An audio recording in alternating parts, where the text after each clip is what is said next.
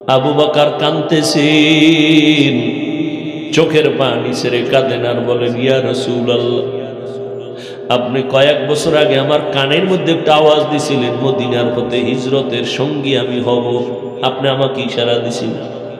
আল্লাহর জাতের কসম, আমি আবু বকর যত ব্যস্তই থাকি সারাদিন, তবে রাতের একটা সেকেন্ড আমি ঘুমাই না। ঘরের দরজার পাশে দাঁড়ায় থাকি আর কান লাগায় থাকি, কখন মায়ার নবী এসে আবু বকর বলে ডাক দিব। আমি যদি হালকা ভাবে একটু ঘুমাই আর আমার মায়ার নবী এসে ডাক দেয়, আর যদি সাড়া দিতে না পারি, দুশমন এসে আক্রমণ করবে। মায়ার নবীও কাঁদেন আর বলেন, আবু বকর, এমন ত্যাগ কি মানুষের দ্বারা সম্ভব? আবু বকর বলে, নবী শুধু আমি আবু বকর না, আমার ছোট মেয়ে আসমাও ঘুমায় না। সেই বছর বছর হয়ে গেল, প্রতি রাত হালকা নাস্তা বানায় রেডি থাকে।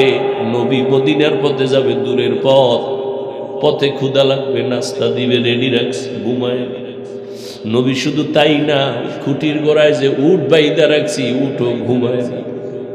আপনার বাড়ির পথের দিকে তাকায় থাকে, কখন আপনি আসবেন আর উপরে উঠবেন, বাহন হবে। মায়ার নবী আবু বকরকে নিয়ে বের হয়ে গেলেন, চলো আর মক্কায় থাকা যাবে না। নবী ঘর থেকে বের হইয়া চলে গেলেন বাইতুল্লাহ। বাইতুল্লাহর দেওয়াল ধরে কয়, বাইতুল্লাহ, আজ আমি তোমারে ছাইরা চলে যাইতেছি। মনে চায় না জন্মভূমি ছাইরা যাই। ও বাইতুল্লাহ, গোপনে গোপনে কত নামাজ তোমার দিকে ফিরে পড়েছে, মন চায় না, কিন্তু আমার বংশের আপন লোকেরা আমারে থাকতে দিল না। ও বাইতুল্লাহ, আজকে বিদায় নিতেছি চোখের পানি নিয়ে, তবে একদিন আমি হাসি মুখে তোমার সামনে হাজির হয়ে যাব বিজয়ের মিছিল নিয়ে। মায়ার নবী কান্না করে করে বিদায় সামনে যায়, মদিনার পথে আবার ফিরে ফিরে মক্কার দিয়ে তাকায়, জন্মভূমি। দুনিয়াতে আইসা একবার আব্বা বলিয়া ডাক দিতে পারি না, আমার কপালে আমি বড় ইয়তীম। আমার বংশের কেউ আমার একটু সম্মানের নজরে দেখলো না। আমি 6 বছরে মা পর্যন্ত হারাইয়া আমি মায়ের ডাকও পাই নাই। 8 বছরে আমার দাদা আব্দুল মুত্তালিবের আমি হারায় ফেলছি। আমার জীবন বড় কষ্টের। ওই মক্কার মানুষ বুঝলো না। আমি তায়েফের ময়দানে কালেমার দাওয়াতের জন্য গেছি। ওই তায়েফের বড় বড় কাফের লিডারেরা বাচ্চাদের লেলিয়ে দিছে, বলে মক্কার পাগল আসছে, পাথর মাইরা তারায়া দাও তাড়াতাড়ি। মক্কার পাগল বইলা ওই কাফেরদের বাচ্চাগুলো পাথর নিয়ে বৃষ্টির মতো নবীর শরীরে মারতেছে। যেই নবীর শরীরে মশা মাছি পড়ে না হারাম, ওই নবীর শরীরে কাফের সন্তানেরা পাথর মেরে রক্ত ঝরাইতেছে, বৃষ্টির পানির মতো পাথর পড়ে। নবীর শরীর মোবারক থেকে রক্ত ভরিয়া জুতা আটকায় গেছে।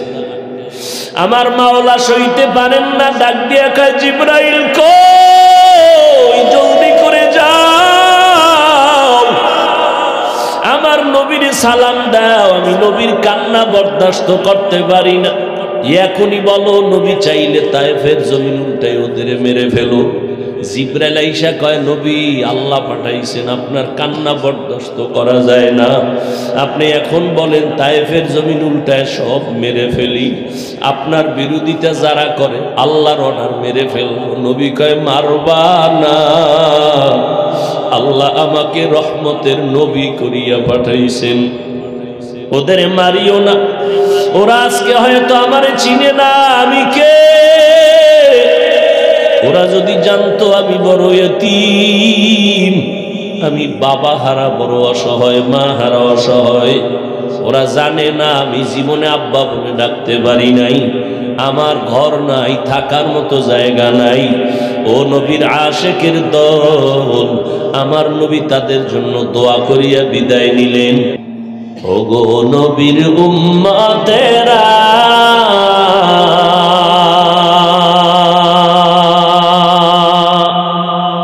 হয়ে আজি দিশাহারা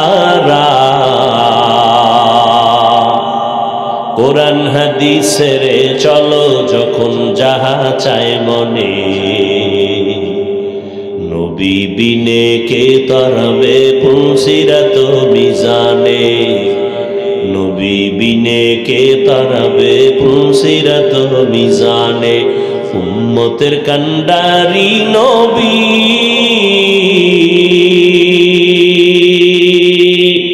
কাঁদছেন উম্মতের লাগি এখনো কাঁদেন নবীজি শুয়ে মদিনার পানে নবী বিনে কে তারাবে পুলসিরাত মিজানে নবী বিনে কে তারাবে পুলসিরাত মিজানে ও মায়ার নবীর মায়ার উম্মত একটু জবাব দিও আমার নবীর মতো দামি কোন পীর কোন মুফতি কোন মুহাদ্দিস কোন বক্তা আমার নবীর থেকে কোন দামি ডাক্তার কোন ইঞ্জিনিয়ার কোন ডক্টর কোন বৈজ্ঞানিক কোন দার্শনিক ছিল নি তাল মিলায় না বুঝা শুনে কইও ছিল আছে আসবে এবার বলো ওই নবীর আদর্শের থেকে ভালো কোনো আদর্শ ভিন্ন কারো কাছে আসেনি আল্লাহর কসম যদি একজন শিক্ষিত ভাই দাঁড়ায় বলতে পারো হাফিজ ভাই মদিনার নবীর আদর্শ ছাড়া আর একজনের কাছে আরো সুন্দর আদর্শ আছে নাম কও আল্লাহর কসম আমি নবীরটা বাদ দিয়া তারটা গ্রহণ করবো আসেনি বলো তাহলে নবীরটাই শ্রেষ্ঠ এটা স্বীকার করো নবীরটাই শ্রেষ্ঠ ঠিক এবার আমি বলবো ওই নবীর শ্রেষ্ঠ আদর্শের মধ্যে নখ কাটার নিয়ম আসেনি যুবক ভাইরা আসেনি নবীর ওই আদর্শের মধ্যে চুল কেমনে কাটবা নিয়ম আসেনি তুমি নবীরটা বাদ দিয়া বেঈমানের লাইনে গেছো কেন কারণ কি কোনো স্বার্থ আছে থাকলে কও এখানেও আমি কসম খাইয়ে বললাম আল্লাহর কসম যদি একজনে দাঁড়ায় ক হাফিজ ভাই বেঈমানের লাইনে চুল যদি কাটেন চোখের পাওয়ার বাড়বে একটা কও ছয়টা না একটা কও যে একটা উপকার আছে বেঈমানের লাইনে যদি চুল কাটা হয় তো মাথা ঠান্ডা থাকে গরম হয় না স্বাস্থ্য ভালো থাকে শিক্ষকরা নাম্বার বাড়ায় দেয় পরীক্ষায় আব্বা আম্মা দোয়া বাড়ায় দেয় হুজুরেরা দোয়া বাড়ায় দেয় একটা উপকারের কথা কও না আমি ওদিকে যাবো আমি ওই লাইনে চুল কাটবো যুবক ভাইরা আছে কোনো লাইন উপকারের তাহলে খামোখা এরকম আকাম কেউ করে এটা লাভ থাকলে না করে যে না ওই লাইনে গেলে লাভ আছে নবীরটা ছাড়লা কেন তোমার কাছে মুহাম্মাদের আদর্শ ভালো লাগে না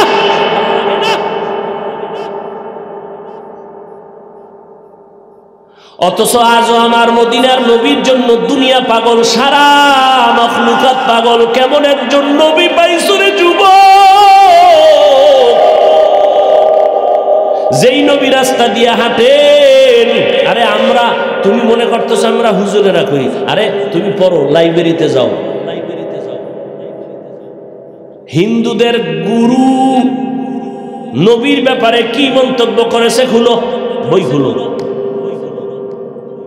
সমস্ত বিধর্মীরা নবীর ব্যাপারে কি সুন্দর বাণী পেশ করেছেন খুলো কেমন মায়ার নবী আমার একটু আগেই বলছি যে এই নবীর 63 বছর হায়াতে কোনো কি নাই যারা নবীর জানের দুশ্মন এরা কয় মোহাম্মদ বড় আল আমিন সত্যবাদী সারাদিন নবীরে গালি দেয় কিন্তু টাকা পয়সা মাল নবীর কাছে গোপনে আমানত রাখে আব্দুল্লাহর ছেলেরে যতই খারাপ বলি কিন্তু সততার মধ্যে কোনো ভেজাল নাই আমার মাল ঠিক মতো আমি ওর কাছে রাখলে টাইম মতো পেয়ে যাব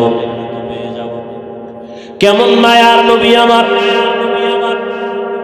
এমন একটা সময় মক্কা নগরীতে আসলেন যেই সময় মক্কার মানুষ ছিল পৃথিবীর নিকৃষ্ট খারাপ, যেই খারাপের কোনো ব্যাখ্যা দেওয়ার সম্ভব না, এমনও নির্লজ্জকর কথা আছে যেটা বলতে বড় শরম লাগে, এত খারাপ ছিল মক্কার মানুষ। মাত্র 13 বছরের ব্যবধানে, কয় বছর? মাত্র 13 বছর নবীজির মেহনতের মধ্যে মক্কার এই চূড়ান্ত খারাপ মানুষ এত দামি হয়ে গেছেন। আল্লাহ জিব্রাইল পাঠাইয়া লিস্টি দিয়া কয়, মুহাম্মদের জানায়া দাও এই লিস্টির মধ্যে 10 জনের নাম আছে, আর বিনা হিসাবে জান্নাতি। এটা কি নতুন শুনছেন? বলেন তো 10 জনের প্রথম সিরিয়ালে কার নাম, দ্বিতীয় সিরিয়ালে কার নাম, তৃতীয় সিরিয়ালে কার নাম, চতুর্থ সিরিয়ালে কার নাম? এরকম কয়জন? এরাই ছিল মক্কার খারাপ। আবু বকরের মতো বান্দা 1 নাম্বার সিরিয়ালে চলে আসছেন, তার নাম আম্মা জান আয়েশা রাদিয়াল্লাহু তাআলা আনহা। একদিন আমার নবীকে প্রশ্ন করে বসলেন। আম্মা জান নবীর সাথে একটু বেশি সময় দিছেন, কারণ সে সবার ছোট। 6 বছরে বিয়ে হয়েছে, 9 বছরে নবীর ঘরে গেছে, 18 বছর আম্মাজানের বয়স, নবী চলে গেছেন দুনিয়ার থেকে। তাহলে আম্মাজানের টোটাল বয়স হইল কত? হয় না? নবীজির ঘর করলেন কয় বছর? মাত্র 9 বছর। 18 বছরের মেয়ে আমগো দেশে তো বিয়েই হয় না বলতে গেলে, ঠিক না? আর ওখানে 18 বছর যখন আম্মাজানের বয়স, নবী চলে গেলেন, নবীর সোহবত পাইলেন মাত্র এই 9 বছরে। কি পাইছেন জানেননি? আম্মা জান আয়েশা রাদিয়াল্লাহু তাআলা আনহা বলেন, 9 বছর বয়স, 9 বছরের সোহবতে আল্লাহ নবীর বরকতে আমাকে কি দিছে জানো? আম্মা জানেরা আসেনি? শুনে মায়েরা অশুনে? ও আল্লাহর বান্দারা, আম্মা জান আয়েশা বলেন, নবীজির 9 বছরের সোহবতে আল্লাহ আমার এমন কিছু দিছেন, আমি আয়েশা 18 বছরের মেয়ে হইয়া 2000-এর উপরে হাদিসের হাফেজা হয়েছি। সুবহানাল্লাহ। না আম্মা জান আয়েশা গোটা দুনিয়ার মধ্যে শ্রেষ্ঠ হাফেজা। কিয়ামতের ময়দান আল্লাহ যেদিন কায়েম করবেন, কোটি কোটি কোটি কোটি সহস্র মানুষ থাকবে ওদিন। আল্লাহ যদি বলেন আজকে একজন মানুষ দাঁড়াও, আমি নিজের কুদরতের হাতে পুরস্কার দিব, বলে কে দাঁড়াবে? ওই মানুষটা দাঁড়াও যেই মানুষ আমার মুহাম্মদের দিন কায়েমের প্রথম ঝান্ডা উঁচু করছো। প্রথম দুনিয়ার কোনো পুরুষ দাঁড়াইতে পারবে না, একজন নারী দাঁড়ায় বলবে, ইয়া আল্লাহ, মুহাম্মদের হাতে হাত লাগাইয়া প্রথম ইসলামের পতাকা উড্ডীন করার শপথ নিয়েছি আমি একজন নারী, খাদিজা রাদিয়াল্লাহু আনহা। আল্লাহ যদি বলেন আজকে ওই ব্যক্তি দাঁড়াও যেই ব্যক্তি আমার নবীর দিন কায়েমের জন্য গলাটা দিয়া দিছো ছুরির নিচে, শহীদ হয়েছ, কে প্রথম হয়েছ? দাঁড়াও। আল্লাহর কসম, একজন পুরুষ দাঁড়াতে পারবে না, একজন নারী দাঁড়ায় বলবেন, ও আল্লাহ, মুহাম্মদের দিন কায়েমের জন্য সর্বপ্রথম আমি কল্লা দিয়া দিছি, ইসলামের জন্য শহীদ হয়েছি আমি একজন নারী, সুমাইয়া রাদিয়াল্লাহু আনহা। এইভাবে যদি নারীর অবদানের কথা বলতে থাকি সারা রাত চলে যাবে। আরে আম্মা জান, আপনার সন্তানটাকে ডাক্তার বানাবেন, ইঞ্জিনিয়ার বানাবেন, তবে দাবি হলো আপনার সন্তানটারে আদর্শ কোরআন পড়নেওয়ালা ডাক্তার বানাইয়েন, আদর্শ কোরআন পড়নেওয়ালা ইঞ্জিনিয়ার বানাইয়েন। আপনার সন্তানটাকে কোরআন পড়নেওয়ালা আদর্শ প্রফেসর বানাইয়েন। তাসনিমা নাসরিনের মতো ডাক্তার বানাইয়েন না। দুনিয়ার মানুষের অভিশাপে মরার আগেই পঙ্গু। সত্য কথাটা বলতে এত টেনশন কেন? আমি কি বরদোয়া করছি? বাস্তব যেটা, এটা পঙ্গু না? কথা বলেন না। মা বাবার দোয়া কবুল হয়ে গেছে। কত হুজুরের আমরা দোয়া করছি। এই তাসলিমা নাসরিন কিন্তু কোরআন পড়নেওয়ালা, খুব খেয়াল করে, কোরআন নিয়ে রিসার্চ করছে, এমবিবিএস ডাক্তার। বোরকার বিরুদ্ধে কম লেখালেখি করে না এই আল্লাহর বান্দি, কিন্তু স্যার জীবন রক্ষায় বোরকা পইরা ফালান লাগছে বিমানবন্দর দিয়া। আমগো গ্রামে কয় যে যারে নিন্দে সে তাকে ফিন্দে। এই তাসলিমা নাসরিন কয় পর্দা নারীর উপর এটা একচেটিয়া জুলুম, আল্লাহ জালেম। নাউজুবিল্লাহ না? তো এমন ডাক্তারের আমগো দরকার নেই, আল্লাহ মাফ করেন। এই না 2 দিন আগে খবর শুনছি, আমি তো জানি না, যারা দেখে আমারে কয়। আপনারা যারা দেখছেন তারা একটু সাপোর্ট দিবেন। কেউ বাড়ি যাইতেছেন, আমার নিয়ে না যাইবেন, আপনারাও যাইবেন, আমিও যাই। কি আর আপনারা যদি একটু থাকেন আমিও থাকি। ভালোবাসার নাম কি? এই যে আমার তুই ফালাই যাই, এই আকাম করেই তো আমাকে হুজুর জেলে ঢুকেছে। জিহাদ চাই, জিহাদ চাই, পুলিশ দেখলে আমরা কেউ নেই। হ্যাঁ, আরো জোরে কও। এটাও ঠিক না? তাই ভালোই আকাম শিখছো জীবন। আল্লাহ সবাইকে হেদায়াত দান করবে।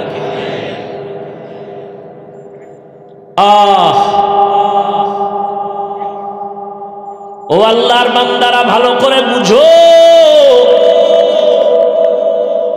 এরে আম্মা জানেরা ভালো করে বুঝবেন, নারীদের এত সম্মান। এরে আম্মা জান, ও যুবক, জীবনটারে সফল বানাও, নবীর আদর্শের লাইনে চলে আসো। ডাক্তার হও, কোরআন পড়ে একজন আদর্শ ডাক্তার হও। ইঞ্জিনিয়ার হও, কোরআন পড়ে আদর্শ ইঞ্জিনিয়ার হও। মেধাটারে কাজে লাগাও। এই যুবক, তুমি যেই ইংলিশ বই পড়া ইংলিশে কথা কও, এটা কি আসমান থেকে আইছে না কেউ লেখছে? আচ্ছা, ওই লোকটা কেমন কপালওয়ালা যে তার ইংলিশ লেখা বইটা সমস্ত কলেজের স্টুডেন্টরা কবুল করে নিছে। এখান থেকে কিছু বুঝার নাই যে এই লোকটা কেমন কপালওয়ালা, ওর বাড়িও চিনে না। চিনো যুবকেরা, তোমরা যারা পড়ো, চিনো, জীবনে দেখাও, তো তার বইটা বুকে লাগাইয়ে পড়তেছে। তাহলে ওই লোকটার কপাল কত ভালো যে মরে যাওয়ার পরে একটা স্মৃতি তার এখনো। তোমার মতো সারা রাত মোবাইল চালাইলে এই হইতো? পাও ধরলে ফিরবা মোবাইলের গুণার থেকে? বলো তাই আমি পাও ধরো। মোবাইল চালাও, গুগলে যাও, ইউটিউবে যাও। এই যে ইউটিউবে গিয়ে কোরআন তেলাওয়াত শুনো, গুগলে গিয়ে সার্চ দাও সৌরজগৎ কেমনে বানাইছে, এটি গবেষণা করো, কাগজ কলমে লিখো। বছরকে বছর চলে যাবে, তোমার আকাম করার সময় কই আছে? কোনো সময়? লেখো, নিজের বডি নিয়ে গবেষণা করো। বড় বড় বৈজ্ঞানিকরা কালেমা পড়ে, ডাক্তাররা মুসলমান হয়ে যাইতেছে বিশ্বের। কেন? ওরাই মানুষ কাটে, গবেষণা করে। আরে ব্রেনের মধ্যে এই পরিমাণ মেডিসিন, এই পরিমাণ থিওরি, এই পরিমাণ আল্লাহ মেটেরিয়ালস দিছেন, এগুলো গবেষণা করতে করতে ওরা আল্লাহর উপর ঈমান আইনে বলা। তুমি তো এটি চিন্তাই করো। কেমন একজন মায়ার নবী আমার, যেই নবী রাস্তা দিয়ে চলতেছেন, পেছনে সাহাবায়ে কেরাম বারবার সালামের আওয়াজ। মায়ার নবীকে বলেন, নবী মানুষ নেই, সালামের আওয়াজ কইতো না। কয় জঙ্গলের প্রাণীরা জানছে আমি নবী আসছি, সালাম দিতেছে। কেমন একজন নবী পাইলি রে বাবা, যেই নবী রাস্তা দিয়ে যখন হাঁটেন, দুপার্শ্বের গাছ নত হইয়া নবীরে সম্মান করে। নবী যেখানে কদম দেয়, দীর্ঘ বছর ওই জায়গা থেকে মিশকের ঘেরান আসে। নবীর শরীরে মশামাছি পড়ে না, হারাম। মেঘের খণ্ড ছায়া দেয়, সূর্যের গরম যেন নবীরে কষ্ট না দেয়। কেমন মায়ার নবী, ওদিকে আব্বাও নাই আম্মাও নাই। কেমন মায়ার নবী আমার, যেই নবীর চেহারার দিকে যদি একটা বার তাকায়, দীর্ঘদিন খানা খায় নাই, ক্ষুধার্ত, একটা নজর দিলে সাথে সাথে ক্ষুধা মিটে যায়। এটা তো সুবহানাল্লাহ কইয়া লাইছেন, আর আমিও কইয়া লাইছি আধা মিনিটে, কিন্তু ভাবলে চিন্তা করার বিষয়। অনেকে তো ভাবতে যায় মাথা গরম হয়ে যাবে, এটা কেমনে সম্ভব? একজনের দিকে চাইলেই ক্ষুধা নিবারণ নাই, এটা কেমনে সম্ভব? তোমরা যারা ভালোবাসার সাগরে আছো তোমরা বুঝো না যে ভালোবাসা জীবনের সব, খাওয়ান লাগবে না। কেমন ভালোবাসা? মা কয় তোরে মন্ত্রীর মাইয়া নু, আমার ফেতনি বালা, অ লাগবে না, ঠিক নি? ও আল্লাহর বান্দারা, কেমন মায়ার নবী আমার। নবীর একজন আশেক পাগল খেজুরের বাগানে পানি দেয়, হঠাৎ করে আওয়াজ আসছে, মদিনার নবী জমিন থেকে চলে গেছে। নবীর আশেক যেই পাত্রটায় পানি উঠাইয়া খেজুরের বাগানে পানি দেয়, পাত্রটারে ফালাইয়া আসমানের দিকে তাকায়, কয় আল্লাহ, আমার কলিজার মোহব্বতের নবী যদি দুনিয়ায় না থাকে, আমারে রাইখা লাভ কিরে আল্লাহ? আমার এই দুইটা চোখ আমি রিজার্ভ রাখছি, আমার নবীরে দেখা কলিজা ঠান্ডা করব। ওই নবী যদি না থাকে, তুমি আমারে অন্ধ বানায় দাও। এই দুই চোখ দিয়া মুহাম্মদ ছাড়া আর কাউকে দেখতে চাই না, অন্ধ বানায় দাও। এমন একজন মায়ার নবীর যুবক, ঘরের চারপাশ দিয়ে দুশমনরা তরবারি নিয়ে দাঁড়ায় গেছে, আজ রাতকে মুহাম্মদের জবাই করবে। নবী ভেতরে আল্লাহর কাছে কান্না করে, আল্লাহ কি করব? আল্লাহ কয়, আপনি পেরেশান হবেন না, আমার অস্ত্র আছে, আপনার হাতে দেই।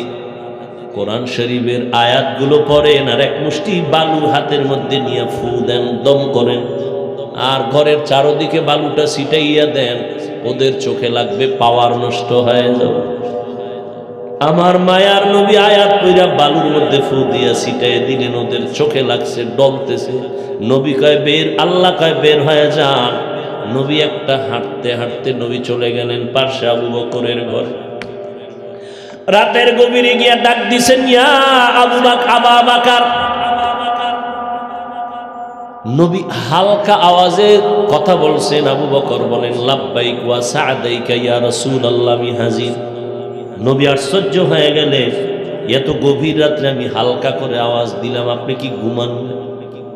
আবু বকর কাঁদতেছেন, চোখের পানি ছেড়ে কাঁদেন আর বলেন, ইয়া রাসূলুল্লাহ, আপনি কয়েক বছর আগে আমার কানের মধ্যে একটা আওয়াজ দিছিলেন, মদিনার পথে হিজরতের সঙ্গী আমি হব।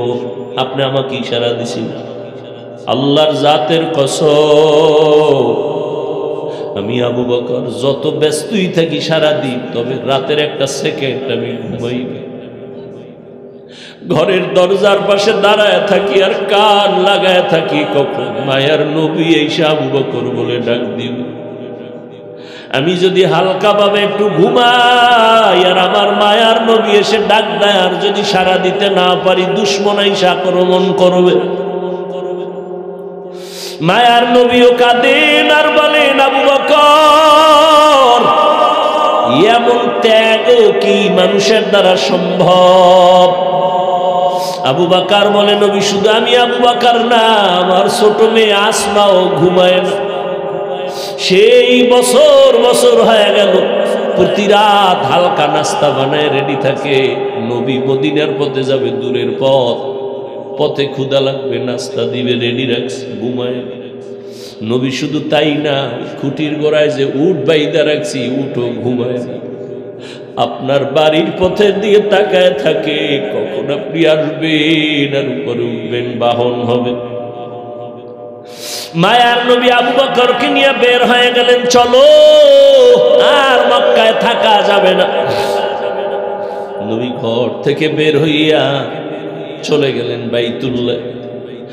বাইতুল্লাহর দেওয়াল ধরে কয়, বাইতুল্লাহ, আজ আমি তোমারে ছাইরা চলে যাইতেছি। মনে চায় না জন্মভূমি ছাইরা যাই। ও বাইতুল্লাহ, গোপনে গোপনে কত নামাজ তোমার দিকে ফিরে পড়েছে। মন চায় না, কিন্তু আমার বংশের আপন লোকেরা আমারে থাকতে দিল না। ও বাইতুল্লাহ, আজকে বিদায় নিতেছি চোখের পানি নিয়ে, তবে একদিন আমি হাসি মুখে তোমার সামনে হাজির হয়ে যাব বিজয়ের মিছিল নিয়ে। মায়ার নবী কান্না করে করে বিদায় সামনে যায়, মদিনার পথে আবার ফিরে ফিরে মক্কার দিয়ে তাকায়, জন্মভূমি। দুনিয়াতে আইসা একবার আব্বা বলিয়া ডাক দিতে পারি না, আমার কপালে আমি বড় ইয়তীম। আমার বংশের কেউ আমার একটু সম্মানের নজরে দেখলো না। আমি 6 বছরে মা পর্যন্ত হারাইয়া আমি মায়ের ডাকও পাই নাই। 8 বছরে আমার দাদা আব্দুল মুত্তালিবের আমি হারায় ফেলছি। আমার জীবন বড় কষ্টের। ওই মক্কার মানুষ বুঝলো না। আমি তায়েফের ময়দানে কালেমার দাওয়াতের জন্য গেছি। ওই তায়েফের বড় বড় কাফের লিডারেরা বাচ্চাদের লেলিয়ে দিছে, বলে মক্কার পাগল আসছে, পাথর মাইরা তারায়া দাও তাড়াতাড়ি। মক্কার পাগল বইলা ওই কাফেরদের বাচ্চাগুলো পাথর নিয়ে বৃষ্টির মতো নবীর শরীরে মারতেছে। যেই নবীর শরীরে মশা মাছি পড়ে না হারাম, ওই নবীর শরীরে কাফের সন্তানেরা পাথর মেরে রক্ত ঝরাইতেছে, বৃষ্টির পানির মতো পাথর পড়ে।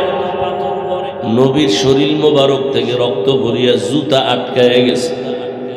আমার মাওলা সইতে পারেন না, ডাক দিয়া কয়, জিবরাইল কই, জলদি করে যাও, আমার নবীর সালাম দাও। আমি নবীর কান্না বরদাস্ত করতে পারি না। এখনই বলো, নবী চাইলে তায়েফের জমিন উল্টাই ওদের মেরে ফেলো।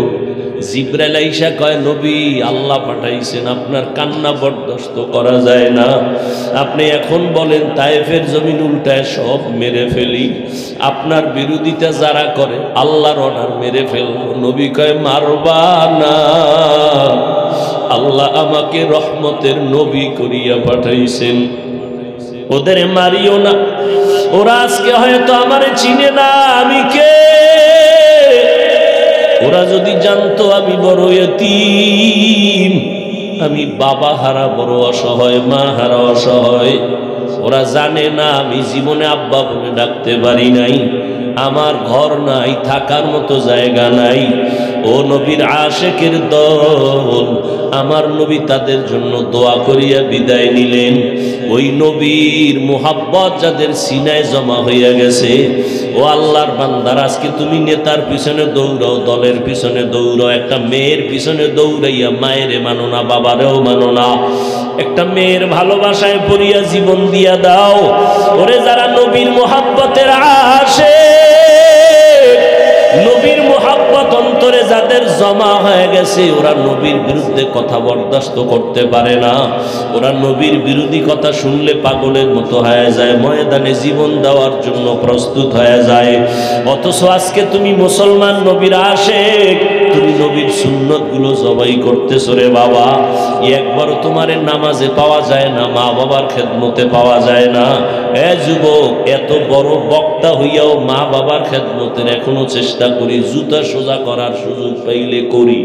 অথচ তুমি ক্লাস 8-এ পড়ো, তুমি মা বাবার সামনে যাইয়া খেদমত তো করোই না, বরং নিজের প্যান্ট শার্ট খুইলা ফালাইয়া রাখো। মায়েরে মনে করছো সে একটা চাকরানি দুইয়া রাখবে, অথচ তোমার তো দরকার ছিল মায়ের মশারিটা তুমি টানাইয়া দিবা। মা যখন রান্না বান্না করতে করতে আজান হয়ে গেছে, তুমি ঝাড়ু ঘরটা দিয়া ঝাড়ু দিয়া খেদমত করবা, তুমি একটু খেদমত করবা। তোমার জামা কাপড় তুমি ধুইবা, মায়েরটাও ধুইয়া দিবা। তোমার বিছানা রেডি করে মশারি টানাইবা, মায়েরটাও টানাইয়া দিবা। অথচ তুমি মাকে চাকরানির মতো খেদমত করাইলা, তো করাইলা, আবার মায়ের সাথে কত খারাপ ব্যবহার করলা। তুমি জানো না তোমার ব্যবহারে মা গোপনে পানি ফেলছে, চোখের পানি। ওই মা বাবার চোখের পানি তোমার কথার কষ্টের কারণে ফেলেছে, কিন্তু মা কখনো বরদোয়া দেয় না, যদি দিত তুমি সঙ্গে সঙ্গে ধ্বংস হয়ে যাইতা। ওই মা বাবা বরং কান্না কইরা মাওলার কাছে দোয়া করছে, আল্লাহ আমার সন্তানটারে পরীক্ষায় পাশ করাইও। ওই মা বাবার কান্নার কারণে তুমি পরীক্ষায় ভালো নাম্বার পেয়েছো। ওই মা বাবার চোখের পানি দোয়ার কারণে আজকে তুমি ভালো চাকরি পেয়েছো, আজকে তুমি ভালো বেতন পাও। ওই মা বাবার দোয়ার কারণে, কান্নার কারণে বাড়ি গাড়ির মালিক, চেয়ারের মালিক হয়েছো। আজকে ওই মা বাবাকে চিনো না, ওই মা বাবার দোয়াও নিতে পারো না রে বাবা, ওই মা বাবার খোঁজ খবর নেও না। ও যুবকেরা, ওই মা বেঁচে থাকলে তাড়াতাড়ি দোয়া নিও, বাসায় গিয়া বলিও মা আজকে ওয়াজের ময়দান থেকে তওবা করে আসছি, আর দাড়ি কাটবো না, নামাজ ছাড়বো না, মা বাবা তোমাদের কষ্ট দিব না। কত সময় কত কটু কথা বলছি, তুমি কষ্ট হইয়া কান্না করছো। আজকে তুমি আমার মাথায় হাত দিয়ে একটু দোয়া করিয়া দাও, আর জীবনে তোমাদের সাথে খারাপ ব্যবহার করব না। মা যখন চোখের পানি ছাড়িয়া মাথায় হাত দিয়া দোয়া করবে, আর সে আজিমে চলে যাবে। ও আল্লাহর বান্দারা, তওবার নিয়ত করিয়া নেও। আমার মাওলা বলতেছেন, ও দুনিয়ার মানুষ, আমি এমন রহমান তোমাদের কোরআন শিখাইলাম, মানুষ বানাইলাম। আল্লাহ তাআলা বলেন, আর রহমান আল্লামাল কোরআন খালাকাল ইনসান। আল্লাহ বলেন, আমি এমন রহমান কোরআন শিখাইলাম, মানুষ বানাইলাম। অথচ আমরা দেখি দুনিয়াতে আগে সৃষ্টি হইয়া বড় হইয়া কোরআন শিখছি, অর্থাৎ আমাদের সৃষ্টি আগে কোরআন শিক্ষা পড়ে। অথচ আল্লাহ বলেন, না না, আমি আগে কোরআন শিখায় তোমাদের মানুষ বানাইছি। আল্লাহ এই কথা উল্টা বলিয়া দুনিয়ার মানুষকে বুঝাইতে চান, ও মানুষ, তোমরা বংশগত মানুষ হলে কাজ হবে না, বাবার জন্মগত সন্তান হলে কাজ হবে না। আমার কাছে মানুষ ওই মানুষ দামি, জান্নাতি। যারা আমার কোরআন পড়িয়া আমার ইবাদত করবে তারা জান্নাতি, তারা গুণের মানুষ। নামাজ পড়বে, নবীর তরিকায় চলবে, ব্যবসা করবা নবীর তরিকায়, চাকরি করো নবীর তরিকায়। আমার নবী ব্যবসা করেছেন, আমার নবী চাকরি করেছেন, আমার নবী দুনিয়ার সব কাজ মানুষকে দেখায় গেছেন, সাহাবায়ে কেরামদের ধরে ধরে দেখাইলেন। অতএব তওবা করিয়া নাও, আর জীবনে নবীর বিরুদ্ধে যাবা না, সুন্নাত অনুযায়ী চলবা, মা বাবারে কষ্ট দিবা না, ওলামায়ে কেরামের পরামর্শ নিয়ে সুন্নাত অনুযায়ী চলবা। আর কোনো দিন দেশ ও জাতির বিরুদ্ধে ষড়যন্ত্র করবা না। অন্তর যদি তৈরি হয়, মুনাফিকি না থাকে, খাঁটি তওবার নিয়তে দুটো হাত আল্লাহকে দেখায় দাও। আয় আল্লাহ, হাতগুলো কবুল করে নেন, আমাদের তওবা কবুল করে নেন।